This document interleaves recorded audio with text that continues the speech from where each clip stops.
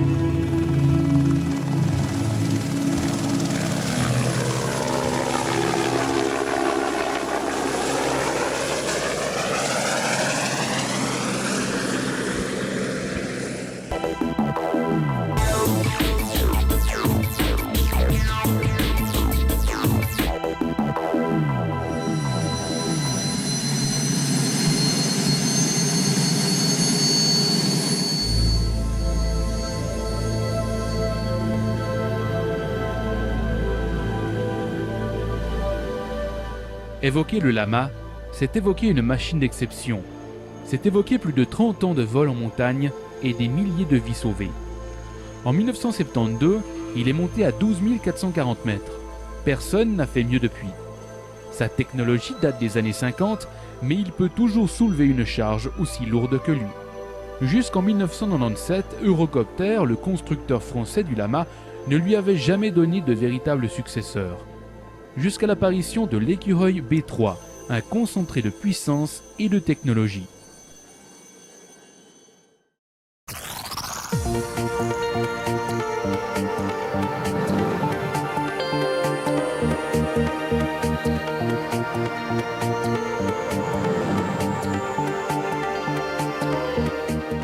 Plus rapide, plus performant, plus économique en carburant et plus silencieux, le B3 est la machine de tous les superlatifs. Malgré son prix de 2,2 millions de francs, le succès a été immédiat. Lama vole à maximum 150 km/h, alors que cette machine vole à 230 km/h. Donc déjà pour accéder sur le lieu de transport, je vais aller beaucoup plus vite. Donc des coûts qui vont se répercuter dans la durée du survol. Et l'autre chose, c'est la capacité de levage. Cette machine est donnée au niveau de la mer à 1400 kg, alors qu'un Lama est donné à 1000 kg. Et jusqu'à, en tout cas, on va dire 2500 mètres, le B3 peut lever plus de charge externe qu'un Lama. Donc peut-être, au lieu de faire 2 rotations avec un Lama, une rotation suffira avec le B3. L'écureuil fait son apparition en 1974 déjà. Cette année-là, la firme française Aérospatiale fait voler le premier prototype de l'AS350B. Il donnera rapidement naissance à une lignée d'appareils toujours plus performants. 1989, Aérospatiale présente son dernier né, l'écureuil B2. Avec ses 750 chevaux, il peut emporter une charge extérieure de 1100 kg. Cet appareil, propriété d'Air Zermatt, a été filmé lors d'un sauvetage durant l'été 2004. Cet hélico, filmé en Corse, fait encore partie d'une autre série, la BA, apparue en 1992. Sa turbine développe 650 chevaux, mais sa masse maximale a été augmentée à 2100 kg. En 1997 apparaît le B3. Il constitue l'aboutissement logique de cette vaste famille d'hélicoptères qui comporte également un modèle bimoteur. Version haute performance de l'écureuil, il développe pas moins de 850 chevaux et peut soulever 1400 kg au niveau de la mer. La machine intéresse immédiatement les compagnies des régions de montagne. On est obligé de trouver un petit peu des compromis avec les nouvelles machines, les dernières technologies qui sortent.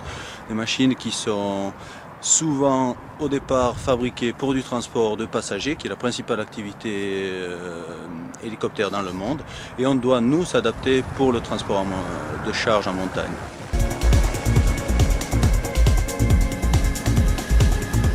Il est probablement le pilote le plus expérimenté de toute la région. Ici, Pascal Brun est connu comme le loup blanc. Nous sommes à Argentières, juste en amont de Chamonix. Après avoir passé 8000 heures aux commandes d'Alama, il a dû changer certaines habitudes de travail avec le B3. L'écureuil est une machine qui galope, absolument. Mais le gros avantage du Lama en travail aérien, c'est que c'est une machine que l'on arrivait à très rapidement freiner dans les évolutions que l'on pouvait faire. Là, il faut pas hésiter à la mettre en glissade, carrément même peut-être un petit peu en arrière. C'est une machine qui nécessite de se piloter un petit peu différemment par rapport à quelqu'un qui a connu le Lama. Il faut réapprendre à piloter, il faut réapprendre à voir les choses, il faut apprendre peut-être à redonner d'autres habitudes à nos clients. L'utilisation du B3 nous offre un panel d'activités plus important que la simple utilisation d'une machine qui ne comportait que 4 places passagers. Là, on emmène jusqu'à 6 passagers, ou en tout cas 5 avec l'assistant de vol. On a des vitesses de mise en place qui sont largement supérieures à celles du Lama. J'ai eu l'occasion de me rendre compte qu'en respectant les courbes du Lama, ce que nous n'avons peut-être pas toujours fait, ce que ne font peut-être pas toujours les pilotes, le B3 est une machine qui est plus performante que le Lama. Sur le B3, tout est contrôlé de manière électronique. Cet ordinateur, appelé le VEMD, est un véritable mouchard. En cas de dépassement des paramètres d'exploitation, le mécanicien sait immédiatement s'il doit vérifier ou remplacer un composant de la machine, ce qui n'était pas le cas sur le Lama. En dehors du fait que ça peut sauver la vie à pas mal d'équipages, en tout cas ça sauve la vie à pas mal de moteurs. Parce que le Lama, c'est une machine qui a un très gros moteur. Je suis certain qu'il y a beaucoup de moteurs, si on allait faire un endoscope à l'intérieur pour voir exactement à quoi il ressemble, on serait surpris. C'est une machine sur laquelle on a pris l'habitude de tirer en se disant bon, de toute façon il y a un moteur qui est tellement joufflu que ça craint rien, mais on ne l'a pas toujours exploité à mon avis comme nous aurions dû le faire, c'est-à-dire en respectant des courbes sous prétexte que c'est une machine qui pardonnait plein de choses.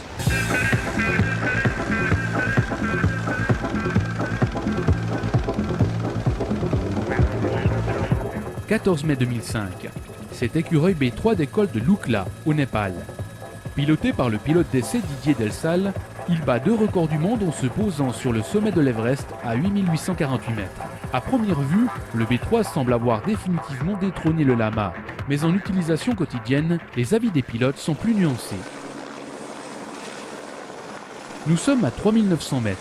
Notre B3 emporte 5 passagers. Malgré toute sa technologie, le faire atterrir à cette altitude est plus délicat qu'avec un Lama. Il faut toujours checker le vent. Et puis à 3900 mètres, avec du fioul et 5 passagers, on commence à venir lourd. On est toujours en limite quand on est en haute altitude. On a moins de marge d'erreur qu'avec le Lama parce que sur le B3, on a plus de prise d'air que sur un Lama. Le Lama, ça restera le must au niveau montagne. C'est un moins pour des chantiers un peu pointus en altitude où on pouvait passer assez facilement avec le Lama parce qu'on ne craignait pas trop et le vent de travers et le vent arrière. On craint beaucoup plus avec celui-ci. Donc il faut qu'on travaille avec une longue élingue. Il faut qu'on adopte notre façon de voler.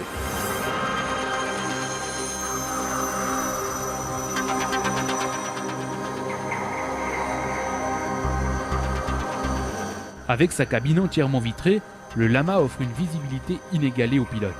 Lorsqu'il s'agit de traiter les vignes à 3 mètres du sol, l'avantage est incontestable. Un avantage que beaucoup d'équipages regrettent avec l'arrivée du B3. Le Lama, on peut voir nos 2 barres, on a notre verrière qui est optimale.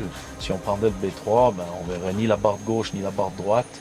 Et puis on aurait moins de visibilité au niveau de la verrière pour anticiper justement sur les lignes ou sur les arbres. Dans ces montagnes, ils volent de tout. Ils volent du planeur, ils volent du parapente, ils volent des avions. Et si vraiment on veut voir ce qui se passe au-dessus de nous, on est vraiment obligé de s'avancer dans le nez de l'appareil pour voir au-dessus, quoi. Et ça, c'est très regrettable. Les technologies changent, les méthodes d'entretien aussi.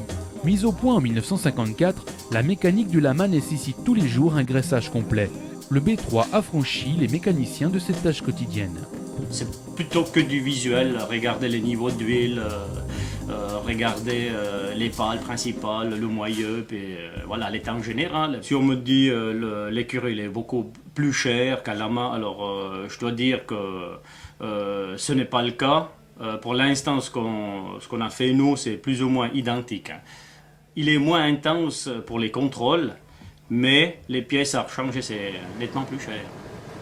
Pour le travail en montagne, le B3 n'a pour ainsi dire aucun concurrent dans sa catégorie, à part peut-être cet appareil, le 407 de la firme américaine Bell. Mais les compagnies suisses l'ont boudé, seuls 5 exemplaires ont été achetés dans notre pays. Existe-t-il aujourd'hui une alternative au B3 ?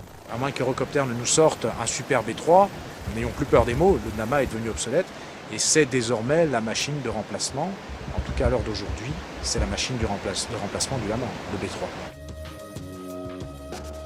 J'aimerais bien essayer le B4 en levage.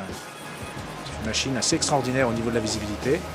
Par contre, elle manque un petit peu de chevaux par rapport aux charges que nous sommes désormais habitués à lever avec le B3. Dans les altitudes où on travaille, c'est-à-dire dans la tranche, on va dire dans la tranche 2000, 3008, puisque ce sont les altitudes où on travaille nous ici dans le massif du Mont Blanc. L'Inde, qui a été le premier pays à exploiter le Lama, propose depuis 2003 une version remotorisée de cette machine. Plus puissante et plus économique, elle équipe aujourd'hui les forces indiennes dans l'Himalaya. En Suisse, beaucoup de compagnies conservent des lamas en complément de leur flotte B3. On a le refuge Valo à 4300 mètres d'altitude. On a un chantier de réflexion à faire. Donc ça, c'est vrai par contre que le Lama là-dessus est une machine intéressante.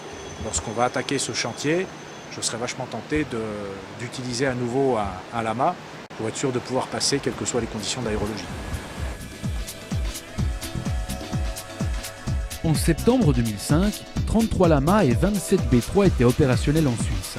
Cette tendance s'inversera rapidement avec les années. Mais par condition de vol extrême, le Lama conservera encore longtemps son rôle de tracteur du ciel.